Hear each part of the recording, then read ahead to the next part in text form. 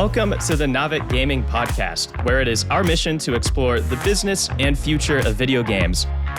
We bring together the industry's brightest builders, investors, and thinkers to keep a pulse on current events, dissect emerging trends in games, share lessons learned, and have a great time.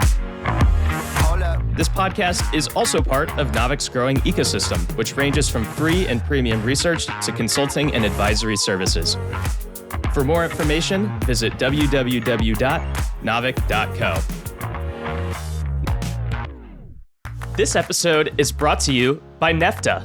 Nefta has created an advertising network that pays game publishers higher eCPMs on their iOS opt-out users and drives better results for advertisers. This works by delivering their campaigns to more receptive and relevant audiences using first-party data and behavioral analytics on an app-by-app basis. A simple two-step integration enables them to drive superior results for advertisers while increasing ARPDAU for publishers in a 100% privacy-compliant way. You can learn more about how Nefta can boost your results at nefta.io. Now, let's jump into the episode. Hi, everyone. I'm Aaron Bush, and today I have the pleasure of chatting with Shanti Bergel. Shanti is the founding general partner and managing director of Transcend Fund, which is one of our industry's most prominent and higher performing venture capital firms. I wanted to talk to Shanti in part because we're always trying to better understand the state of the market and what's coming next in gaming. But also, Shanti has a fascinating career and gaming that extends well before he became a professional investor. He's worked all around the world at all sorts of prominent publishers, among other businesses. He's lived and operated through previous platform and business model changes, and I think he's seen a lot that we can all learn from. So without further ado, Shanti, welcome to the Naavik Gaming Podcast. Hi, Aaron. Thanks for having me, and thanks for that very kind introduction. Really excited to talk to you today. Yeah, it's going to be a bunch of fun. So we're going to chat about venture capital and gaming, what you're excited about in the future, and try to pull some lessons learned out of your various career steps. But I think we have to start at the beginning. Shanti, can you tell us the story of how you first got into the games industry in Japan at Interplay Entertainment, I believe? What was that like in the 90s, and how did that set the foundation for your career in gaming? Yeah. So I was a Japanese major and a foreign exchange student in Japan in college. And so I was really excited to get my first job in Tokyo. And I'd been something of a nerd my entire life up until that point. So I was into D&D and computers and chess. And I actually wrote my very first game in BASIC on a Commodore PET 3000, which was the computer even before the VIC-20 and the Commodore 64. And so I got, I was saving up for my own computer, but we had one in the math department, I think. So I wrote games even when I was, in sixth grade.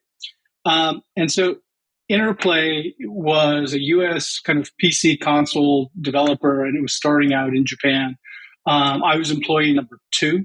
And the company was, at that time, I think considered to be, along with Electronic Arts, one of the more premier Western kind of game developer publishers.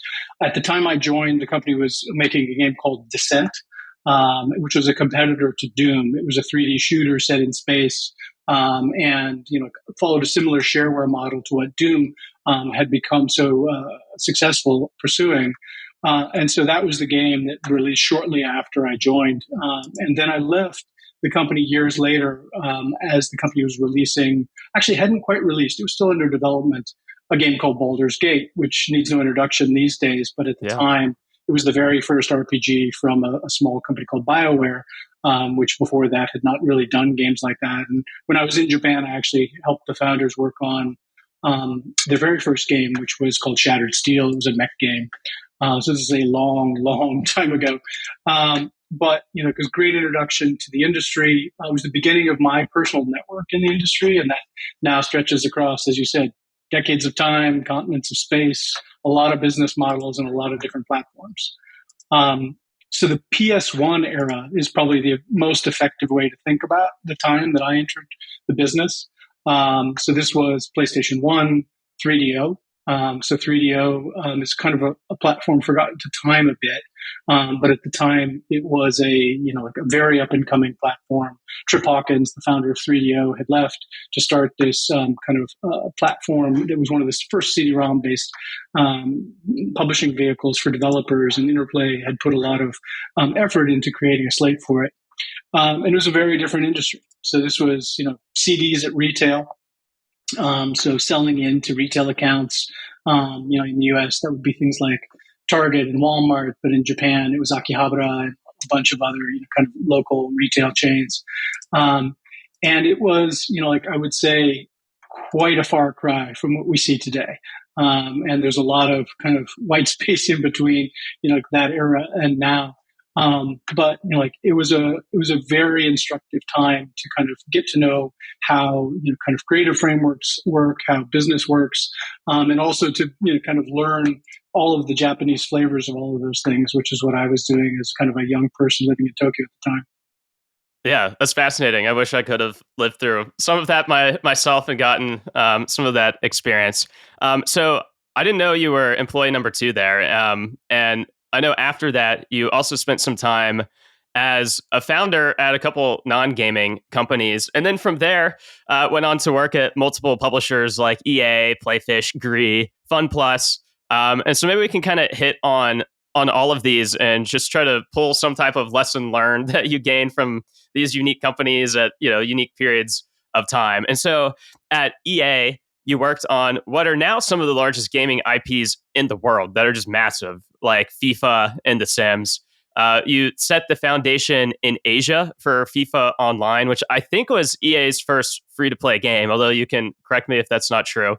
And you similarly crafted a multi-platform strategy around The Sims, which I think was also relatively novel at that time too. So that's a lot of important stuff at one of our industry's most important companies. How did this time in your career influence your thinking on adapting to shifting business models and platforms worldwide? And are there any lessons from that you think still hold up today pretty well? Yeah, there's a lot to unpack there. So it was a really interesting kind of inflection point in the industry from when, I got into it, as I said, in the CD-ROM phase back in Japan. I actually left Japan probably because of the online kind of boom. I was on a business trip to the US, and a friend of mine worked at Silicon Graphics, which was a workstation manufacturer back then, and he showed me Netscape running on a Silicon Graphics machine in the very early days, and I was kind of flabbergasted at what this implied and what online could do. I went back to Japan and started, kind of looking at things that enabled, network play. We had already been playing with some of this stuff, but it definitely informed, kind of the next couple of steps for me personally. So, I eventually ended up at EA, and as you said, I did actually author, the business plan for what something that later did become. I didn't ship it personally. I just wrote the initial plan for, what I was calling at that time Soccer Online, which was the result of my, kind of spending time in Korea and China and understanding, kind of the free to play model back in 2005. And bringing this kind of back to the company and proposing ways that we might take advantage of it. And, EA, to their credit, was very receptive, but on the other hand, I think was right not to prioritize it immediately. And, the right timing for it, did come a little bit after I handed the reins over from that particular, kind of initiative at EA Sports and moved over to The Sims. And on The Sims, my big, I think, contribution there was probably the very first Sims mobile game. So this was on Java and Brew, not smartphones. So this is very old school mobile, and very different ecosystem, very broken, very hard to navigate. This is when you had to make hundreds, if not thousands, of different versions of a given game, different memory profiles to be spread across this really complex ecosystem, and a lot of what I learned, in both those cases was really a bunch of hard-won insights about platform transitions and business models and pattern recognition. I would say that I also learned that like focus and audience and, like what time it is in the ecosystem and salesmanship, frankly, matter almost nearly as much as talent and strategy. And so, like a lot of that, like I do take into, additional parts of my career that came later, but also, like the venture work that I do now. Cool. So from there, the next step in your career, when EA acquired Playfish, I believe you played a role in helping that team grow into new markets and even set up a new advertising business with them.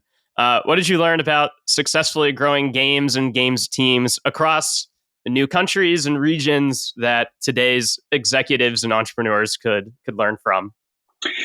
So I think one of the things that I learned both there and other times that I've tried to do kind of cross-border product development where so for example, like both at EA and at Playfish, like I was involved in developing product that was going to be either deployed in Japan or someplace else.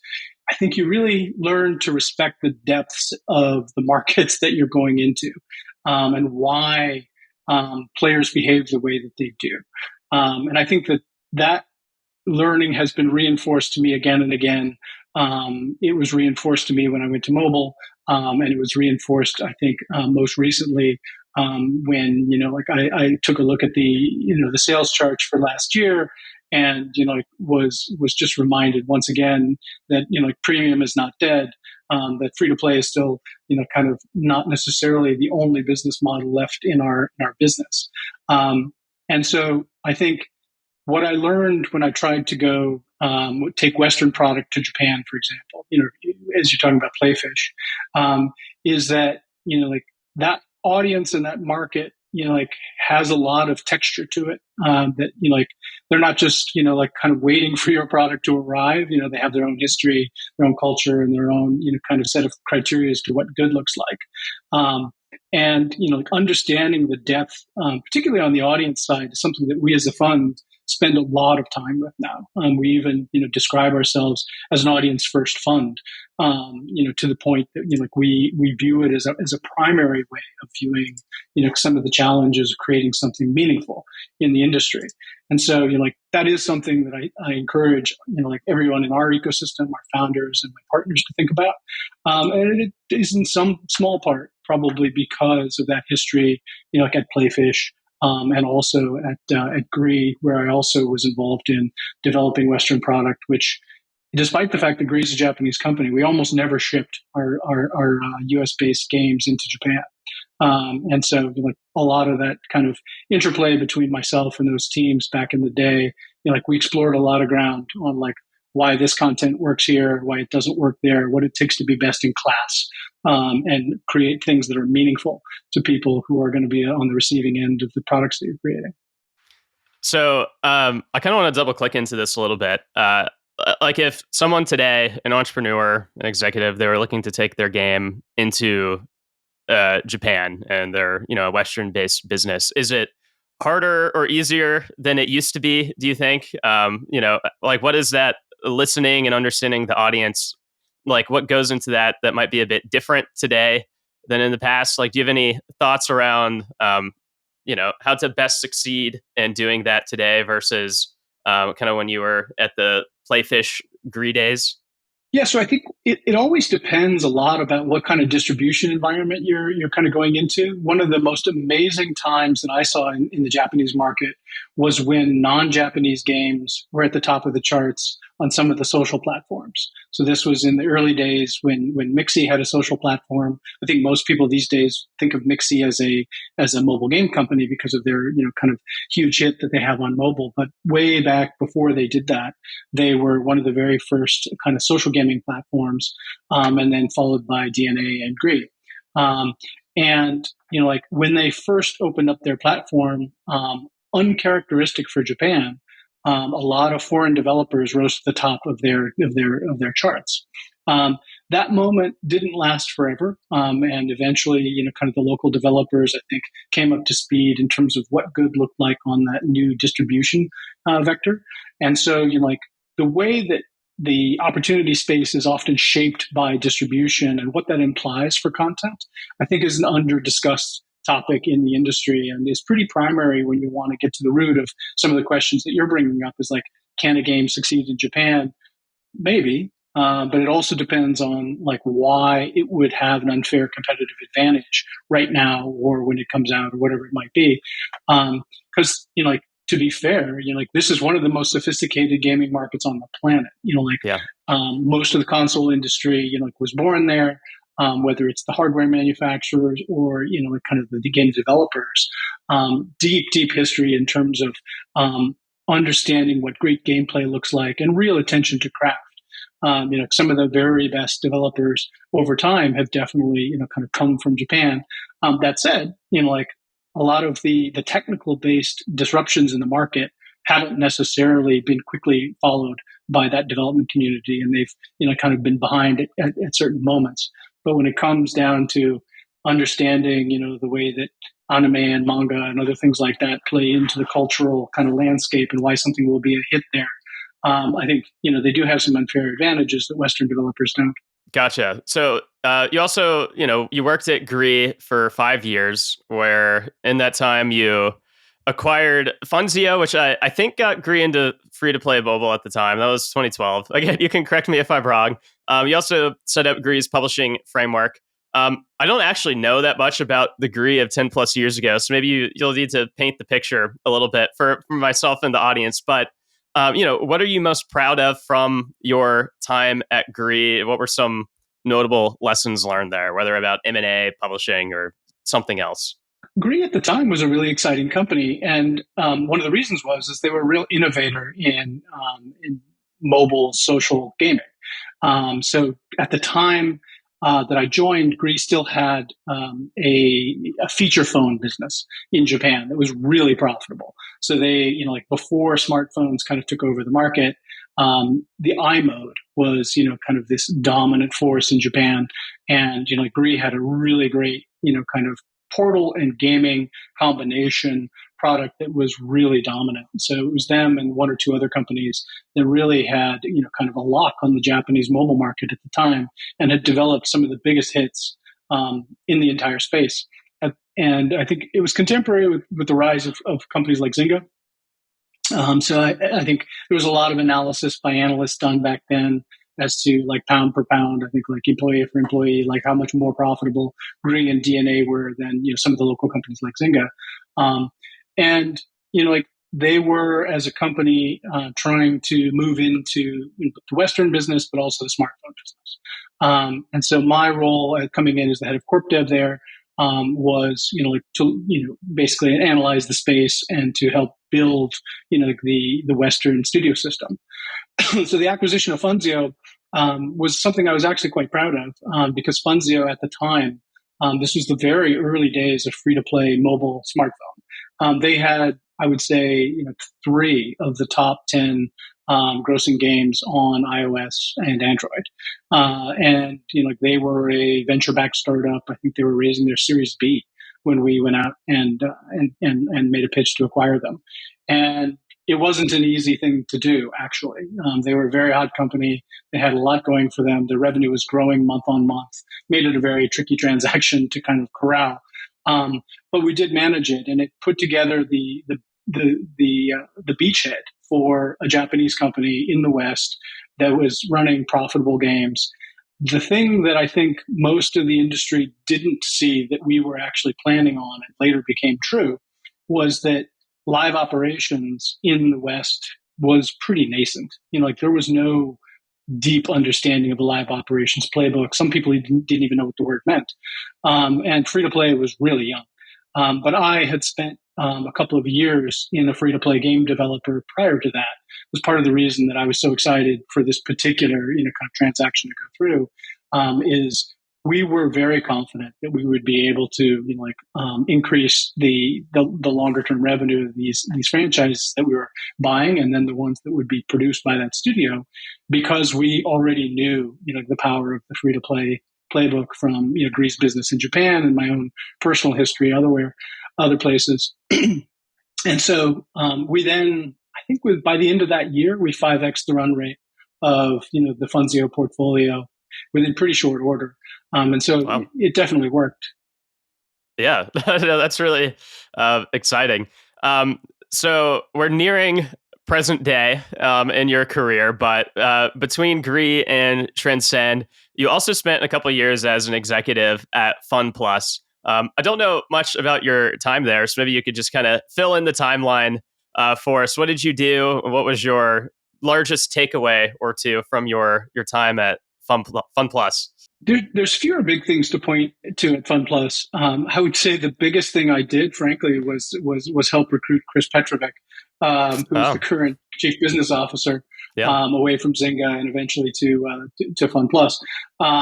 Chris, I think, is a spectacularly talented executive, and doesn't get enough credit for his contributions to the amazing turnaround that Frank Jabot and team pulled off at Zynga.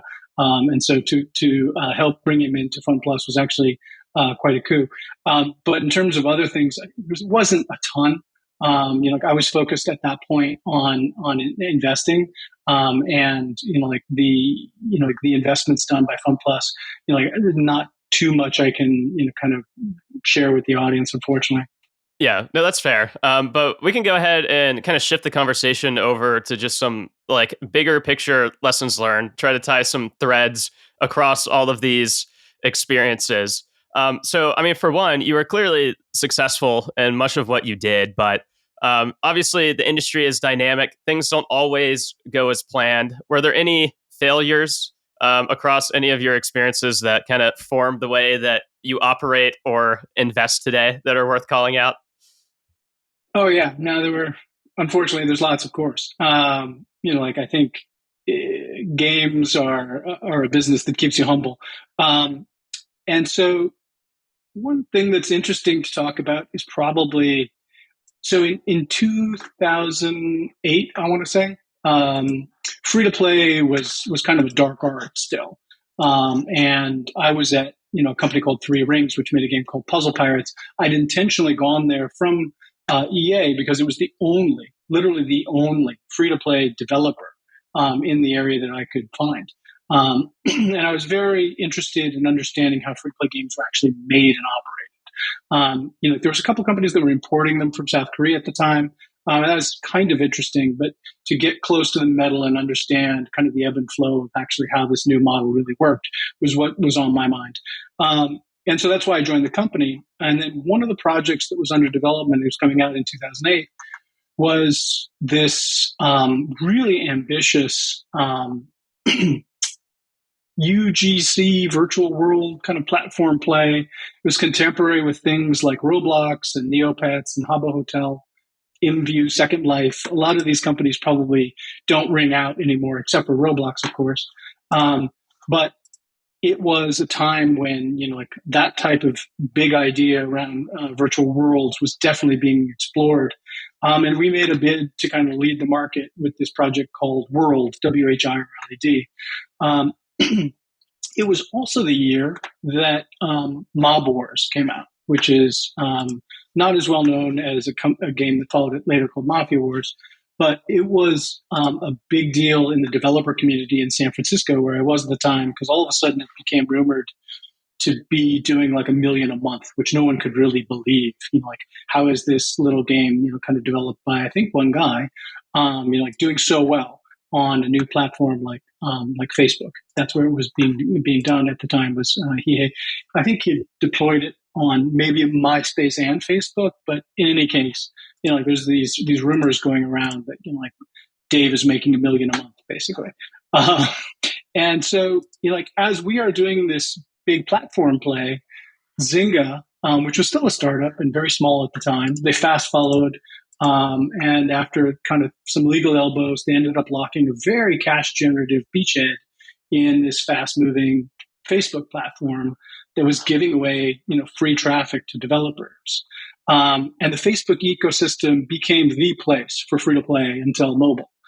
So Oxygen for other things like World, for example, became kind of in short supply. And, like from that early virtual world cohort, only Roblox has really broken through to deliver on the big grand vision. And like of course it's a juggernaut today. And like, I forget the exact numbers, like 70 million DAU, a couple billion in revenue. And as amazing as that all is, like the thing that really impresses me to this day was their ability to not die from 2005 to about 2013, which is a very long time. Because, like we asked about mistakes, like I was, like at a company that was pursuing, like this arguably a very similar strategy. And we missed not only the Roblox outcome, but we also missed the Zynga outcome. And so, like why, like we were, really well positioned. We were one of the very few, kind of developers in the Western world that understood free to play at all. And yet, not necessarily, in, kind of the sweet spot when it came down to, kind of these hard turns that made the difference for, both of these in retrospect. So that was definitely, like one that, kind of leaves a lot of lessons for me personally. And it has a lot to do with how platforms work. Because of course there's a lot of controversy and debate about how, like that growth pattern that Zynga, was able to sustain on Facebook really worked. And then the transition to mobile, which really was the thing that in about 2011, 2013, gave real rise to Roblox, in my opinion. And so, like their ability to stick around and catch that mobile wave, like is really amazing to me. Because it was so long that they were kind of building, basically, like in a very, humbling, ecosystem that didn't give them a lot of great feedback signals. And so, like as a VC now, like I think a lot about, like the timeframes that we look for return on, and kind of the nature of different platforms and what good looks like against those opportunities. Yeah, that's a fascinating answer. Is there anything else, tactics wise or strategy wise, that sort of made the difference between some of what you were talking about versus becoming, succeeding as Roblox and surviving kind of throughout business model transitions and just, just making it work in various ways until something clicks? Is there any more in there that's worth unpacking? The thing about Zynga in particular, in retrospect, that like I've grown to admire, despite like kind of the companies. I think in the San Francisco ecosystem, I think they took a lot of slings and arrows. Some of it probably rightly so, for kind of fast following other people's game design, but they were absolutely ruthless in their application of data analytics, and their pursuit of a better player journey. And so I think one of the things that I learned to, kind of adopt, and, like, I think it's, good advice, is to try and learn from your competitors and try and learn from everyone around the ecosystem and not dismiss them as, like whatever, like doing the wrong thing if you don't understand why they're doing it. And so I think, like every time I see a successful company, I'm immediately interested in why they're able to pull that off. It was one of the reasons that I was interested in FunPlus. On paper, I disagreed with almost every decision that they had made to get to the point that they were monstrously successful. And then they did it again and again. And it was amazing to me. And I was like, well, I clearly don't know anything about this. I need to go learn from the masters. What did you learn at FunPlus that changed your mind on that? I think the founding CEO is an exceptional entrepreneur, and he has an uncanny ability, I think, to push forward and pull back in exactly these moments where I was basically commending Dave, the founding CEO of Roblox, for his ability to not die, and I think there's some of that, like in what Andy, the founding CEO of FunPlus, has been able to do. Like he just very consistently rides the waves with just a really uncanny ability. And, like the flexibility that he shows mentally to situations was kind of breathtaking from time to time. Coming from a big company where, like I was basically, like frequently arguing with the board about, from my perspective, things that didn't matter. To working with, like a private company and an entrepreneur who's willing to throw away everything at a moment's notice to, kind of grab the next big thing. It was just an incredible form of mental plasticity that I'd never really seen before. And I think it really does, kind of sit at the very center of why companies like that are able to, kind of pivot in an industry that sometimes requires it. Interesting. So I think you've had some mental plasticity too over the years, to use the term, as you've navigated the changing waters of the games industry. Really, probably more in various business development roles that kept you on the cutting edge of all sorts of trends, deals, corners of the world.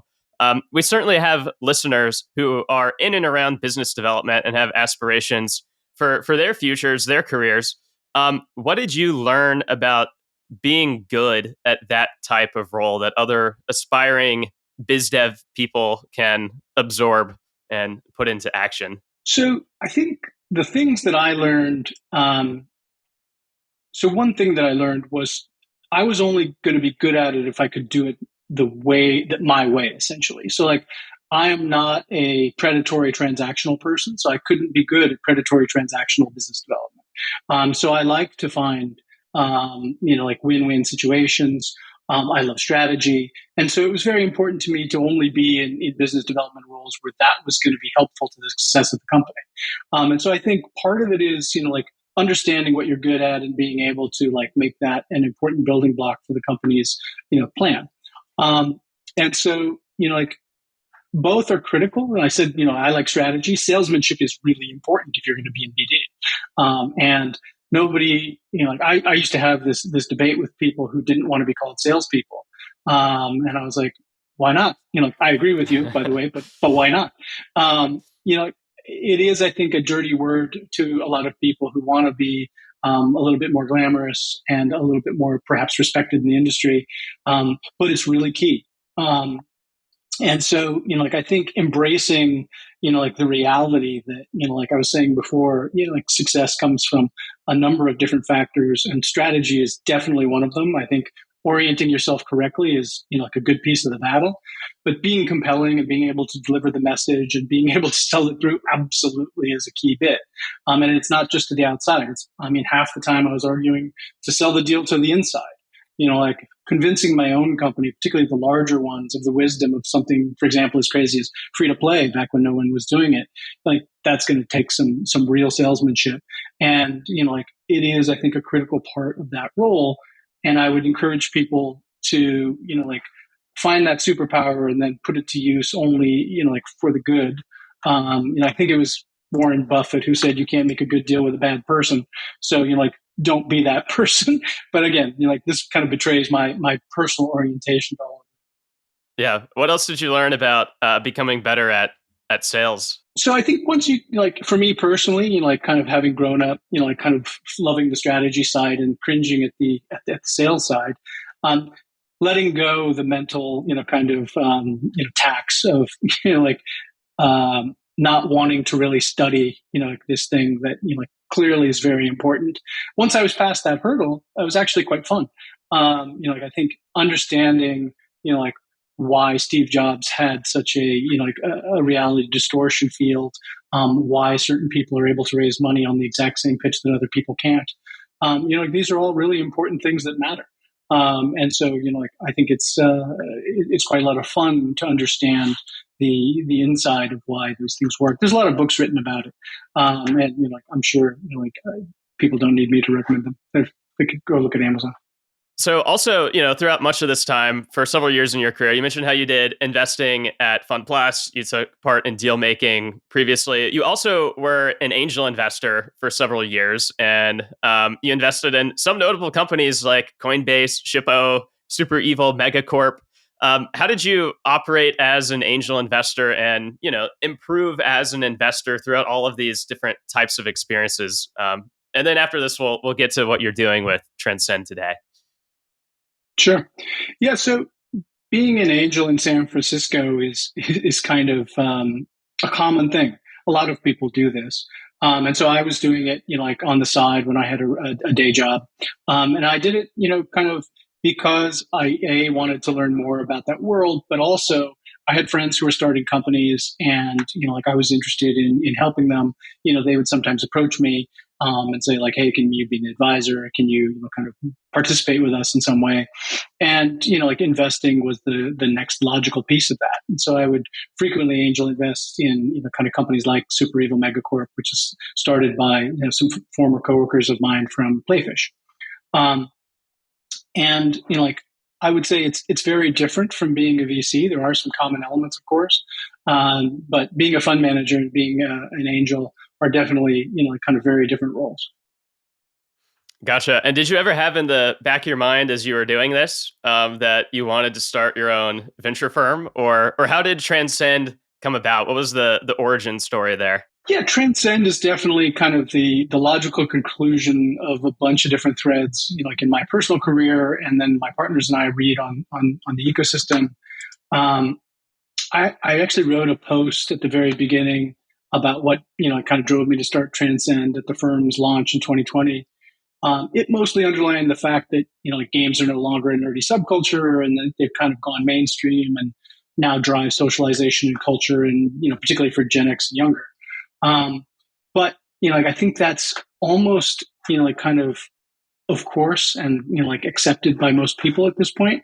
I don't think it was quite as obvious, like just was it 4 years ago, Yeah. and but to answer your question, one of the reasons that I was interested in starting a fund was that I really enjoy working with with entrepreneurs and founders, and I recognize that my ability to make use of all the knowledge that I've accreted over 30 years of working in the industry, like kind of required, like some kind of breadth of surface area in order to really be effective. And so a fund is a really nice vehicle for that. And so eventually in the beginning of 2020, I was able to put that together. Nice. And maybe you can catch us up to the present day a bit. Maybe you can tell us a bit about the core investing thesis behind the firm today, whether anything has changed. And then, just where are you? Like, how big is your team? What funds have you raised and deployed so far? Just any details that would kind of shape up people's understanding of Transcend right now. Yes, we've raised two funds. We have an investment team of six in key geographies around the globe. We're focused on pre-seed, seed, and interactive entertainment. Our first fund was in the top decile of its venture cohort. We have high hopes for the second one, which we closed and announced last year.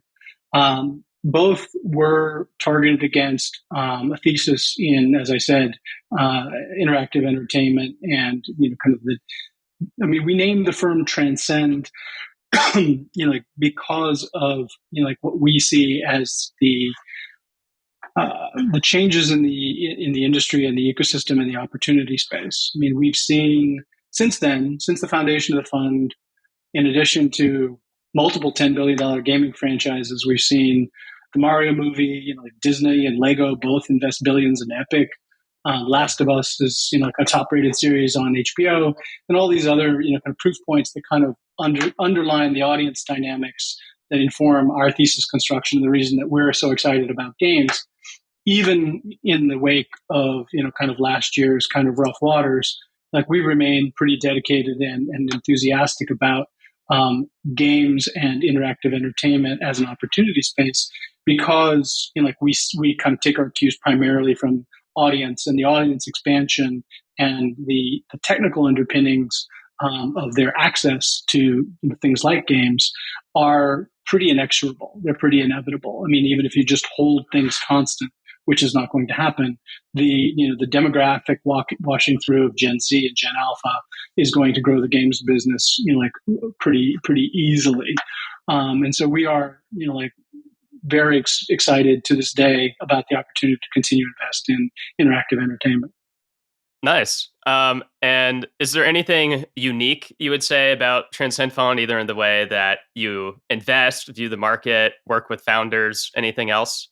Yeah, so I mean, like I said, we've always described ourselves as an audience first fund, and so like while our research and our calibration work surfaces new areas and opportunities over time, our core orientation kind of remains rooted in the decades of experience reading the audience companies in digital entertainment. Our work with founders is also rooted in that. Because we have built game companies, and because we have been in through the buy-sell process, we've been in the boardroom and the shop floor. Like we're familiar with kind of the full arc, and it's definitely something that like in the 0 to 1 phase, which is where we work with a lot of our founders, we help them scaffold what we think will be a company that is not just capable of delivering on the thing they pitched us, but hopefully a better version of that, one that is almost inevitable in terms of its success pattern. Mhm. And you mentioned the first fund returned in the top decile of the space, which is phenomenal. Is there anything that you would credit to why you were able to pull that off in your process and a unique way of viewing the market or identifying founders? So, having spent like 30 years, like basically being on and evaluating development teams, I think helps a lot. So, I mean, part of our mantra has always been, working with ambitious people who are making things that matter and the credibility to achieve them. So the credibility piece, I personally am spending a lot of time with, just because it is a very hard business to succeed at.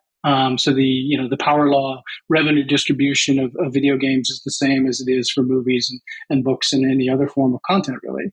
And so it definitely matters if you're going to invest in content, and we do have studio investments, that you understand the difference between, like this team going after that market segment and another team.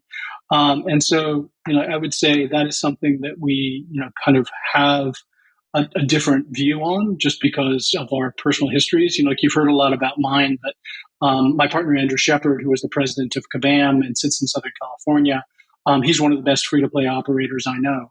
And so he has a long career in history that is, kind of additive to mine. And so as a group, we definitely, have a lot of domain expertise in history and relationships that we unpack in service of our founders. But to answer your question about like why it works, there's really only three things I guess a venture fund is doing. I mean, we're trying to see all the, kind of the surface area of the market. So all the deals essentially, we are picking the right ones, and then we're helping the ones that we pick become worth, more over time. And I think across all three of those vectors, we're pretty uniquely formulated to push hard on, each one of those levers. So we're, very purpose built for the job. Very cool. So on this podcast, we've discussed venture cycles a few times.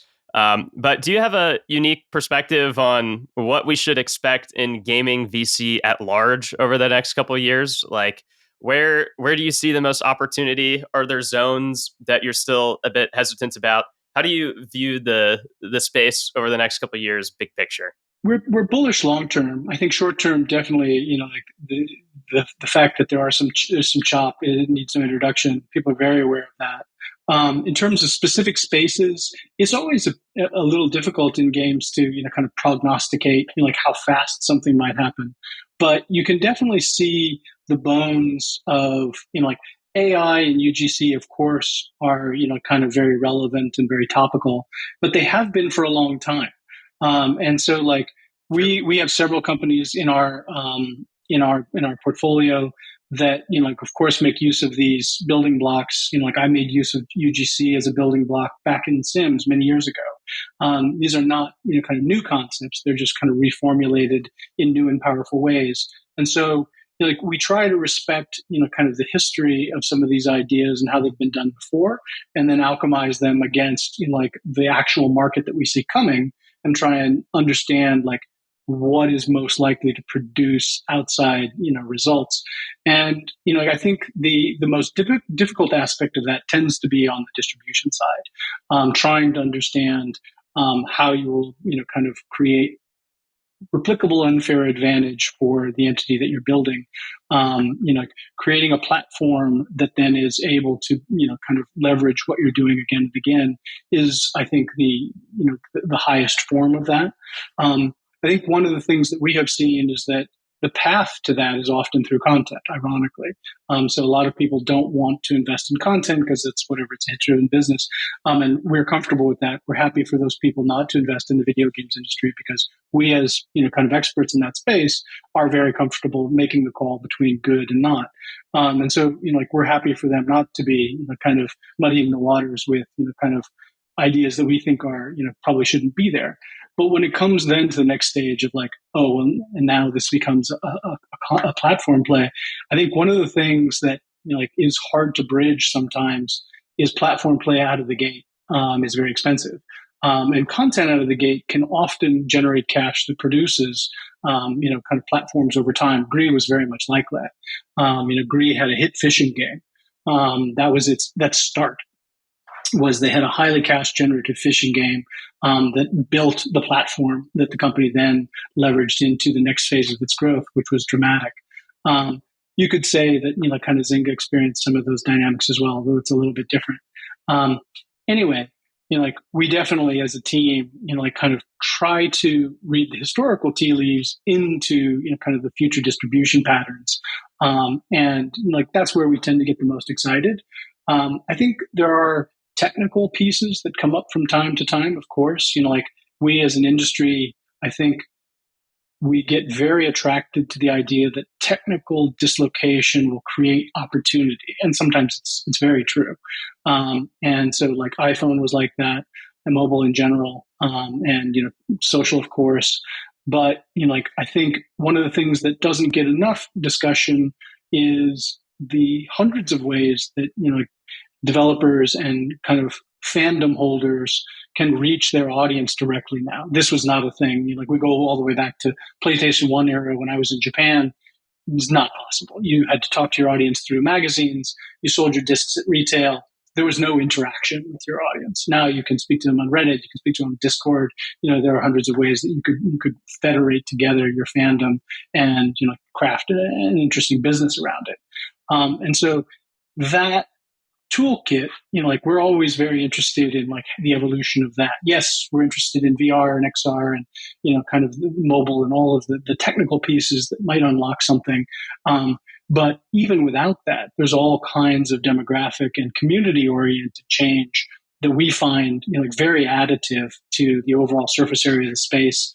And occasionally you see things pop through the surface area as big hits and you wonder why they happened. And in my opinion, some of those elements are why. That's fascinating. That's a great answer. Could you maybe give a couple examples maybe of your portfolio companies that fit into that distribution innovation in some kind of way that you're excited about? So you remember what I said about content sometimes leading to distribution? Yeah. I can't necessarily comment on which one of our portfolio companies are necessarily pushing that particular part of the equation just yet. So it's a little early for us, in most of our companies. What I can point to, probably the oldest and most successful, our first unicorn is a company called That Game Company, and you can already see, their work with Sky, which is their big hit. So That Game Company, for people who aren't familiar with it, was originally a console developer and eventually released a very successful mobile game called Sky. It was the reason that they were able to raise about 160 million from Sequoia and TPG about a year and a half ago. And then one of the co-founders of Pixar joined as an advisor, and I think that was a bit of a hat tip to anybody who was watching as to what was coming next.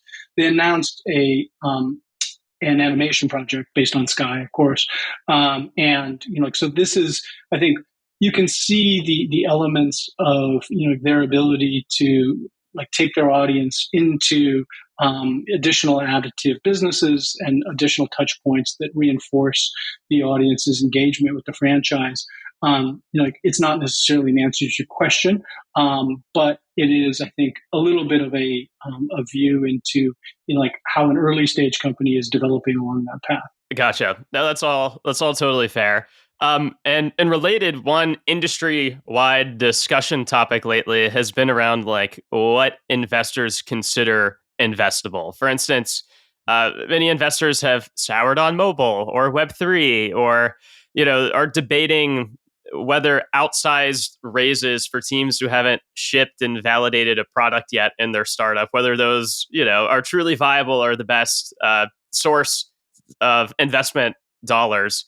How does your team draw the lines around what it considers to be investable? You mentioned, a few big picture ideas that you look for. Are there any other factors at play that kind of help shape the lines of that box, so to speak? Yeah, I think all venture funds work with the basic framework of, every investment they do, they're trying to return the fund. And, we're no different on that front.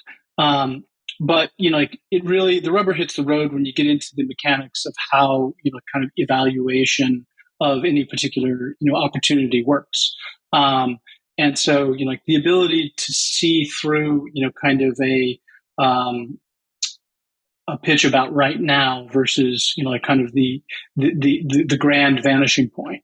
I think we're all familiar with, or at least some of your audience will probably be familiar with, how companies like Uber, for example, like were misperceived, like in the early days, not understanding the transportation revolution that they represented versus just being a front end for kind of black cab companies, and so the like the opportunity to see like a company's true potential, like I think that is one of the things that we attempt to kind of put on ourselves as we go through that process every time. You've had the founders of Gardens on your podcast. There, we were the seed lead for them. I'm on their board, and we, I think, saw potential in their vision at the seed stage, which was perhaps a little bit harder to see. Like I think a lot of investors have come back to me now that the company has been so grandly validated by the rest of the market. They raised a monster Series A. They brought in kind of a who's who of investors after that. And so I think our ability to kind of like perceive that in the early days and kind of get underneath what founders are really trying to build may or may not be a superpower of ours, but like I'd like to think so. Yeah, I'm sure it is to at least some extent. Uh, Obviously, many founders in the games industry, they might not have experience as being a founder before having fundraised, having been on the investor side of the table. Or do you have any recommendations for those that are looking to raise money that maybe they want to come pitch to you, their company, on how they can set themselves up for better success and pitching themselves or making their case for why they're deserving of venture money? Venture investors, like if you understand their job well, like you'll probably have a much more rewarding conversation with one. If you understand that they're looking at you as a potential, kind of 10x, return, and that literally they view it as your responsibility to like deliver back that kind of return profile, like that is a better place to start than if you come in, like in the case of video games, if you come in saying like, I really want to make this game. I'm pitching to you. I'm also pitching to publishers. I'm also trying to raise money from my mom and my uncles. I'm like, okay, I don't think your mom and your uncles are going to have the same expectations of you that I am. Neither is your publisher. And so you should probably figure that out before coming to talk to a VC. I think we try to be gentle on this point, but like it is definitely a big difference. So I think that helps if you understand like who you're talking to and how they make their money, and why they are in the room. And so I think that is a good place to kind of begin. To the degree that you're working on something that is in that category, being able to articulate it in a way quickly and cleanly that is digestible by the audience sometimes is important. I think when you're talking to people who focus on 0 to 1 in video games like we do, you can go a little more inside baseball. You can make references that are kind of very gamery, and we're all going to get it. But what I coach some of our founders on as they go up the ladder and they raise Series A and B and beyond, is that you're no longer dealing with those people anymore. People don't get those references, like they don't understand, like all the hip gamer lingo, and so. I would say it's a good practice to start at the beginning, to start, kind of assuming that, like the people that you're speaking to don't understand. And then you can, kind of go faster if you run into somebody who does. I know in Europe, where I'm based now, like the venture ecosystem isn't as it doesn't have as long a history. And so I find, kind of companies with cap tables that include non-endemic investors sometimes. And they've had to, they tell me horror stories about board meetings with, kind of folks who, have, like very different backgrounds. And so they don't understand, they don't understand how games work. They don't understand what free to play is. And I think like that is a very hard place to bring in a professional venture capitalist from the games industry. Like I'm not necessarily going to see eye to eye with some of those folks, and so round construction then becomes like kind of a concern. Like who is the right team for you overall? You get your Series A lead set, your Series C lead set, and then like who you fill it up with. All of this stuff matters. But in terms of like making a successful pitch, there's a lot that's been written mechanically about this. Like do a 5-slide deck, no, do a 3-slide deck, no, do a 10-slide deck. I don't think any of that matters. I think what matters is that you are able to demonstrate mastery of your subject matter and that you have credibility against it. Everything else will sort itself out. That's fair. Last investing question for you. Do you have any atypical investment views or views on the industry? Like, is there anything where you look out at what everyone is saying and believing and think that's crazy? Or, maybe the opposite of that, where no one's talking about things and you don't understand why because you're really excited about, what aspect of that technology or trend will define the future of the industry in some way? Any atypical views you want to call out? So one, so my partners and I, we have deep history in free to play. And as I was mentioning, it goes back to like probably the earliest days of free to play in the Western markets anyway. We looked up the only companies that I could learn from at that point were all in South Korea, like companies like Nexon, were basically inventing the category. But in the West, like my partners and I were among the earliest in the ecosystem. So we have a real deep familiarity with the toolkit and the history of the space. Despite that, we are among the few funds, I think, that will tell you that your pitch to us does not have to be free to play. I think if you look at the charts from last year, I think you'll discover that premium is not dead. And so like one of the controversial things I think that we've been saying for a while is that we are agnostic about your business model. We want to see a return profile, but how you get there is much more of a function of how well you are at crafting something that lands well with your audience and how you can structure a relationship with them to make it profitable for yourself. So we do not, basically tattoo, free to play across anything at the door. And I guess that's a little controversial these days, given that, everyone has become such a fan, which is ironic to me because I remember when nobody wanted to talk about it. But that's so long ago now that I think people have forgotten that other business models can fit certain play patterns and certain audience types, and as long as that's a big enough market segment, that can also be investable. So perhaps that's controversial. I don't know. I like it. Final question for you. If anyone wishes to reach out to you or Transcend Fund, where is the best place for them to do that? So we have an email address you can send any materials to or a pitch to. It's called pitch@transcend.fund. You can also reach out to the team members on LinkedIn. Awesome.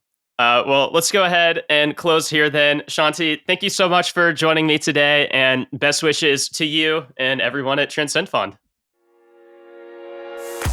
If you enjoyed today's episode, whether on YouTube or your favorite podcast app, make sure to like, subscribe, comment, or give a 5-star review. And if you want to reach out or provide feedback, shoot us a note at podcast@naavik.co or find us on Twitter and LinkedIn.